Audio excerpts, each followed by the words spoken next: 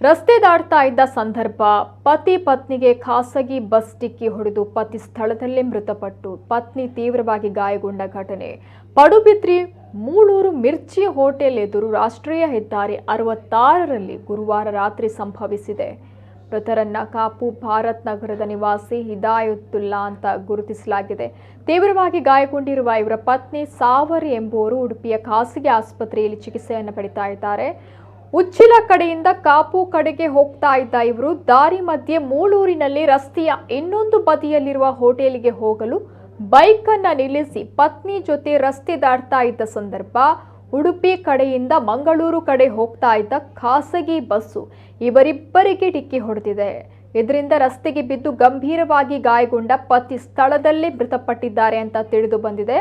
ಮೃತರು ಪತ್ನಿ, ಓರ್ವ ಪುತ್ರ, ಓರ್ವ ಪುತ್ರಿಯನ್ನ ಅಗಲಿದ್ದಾರೆ.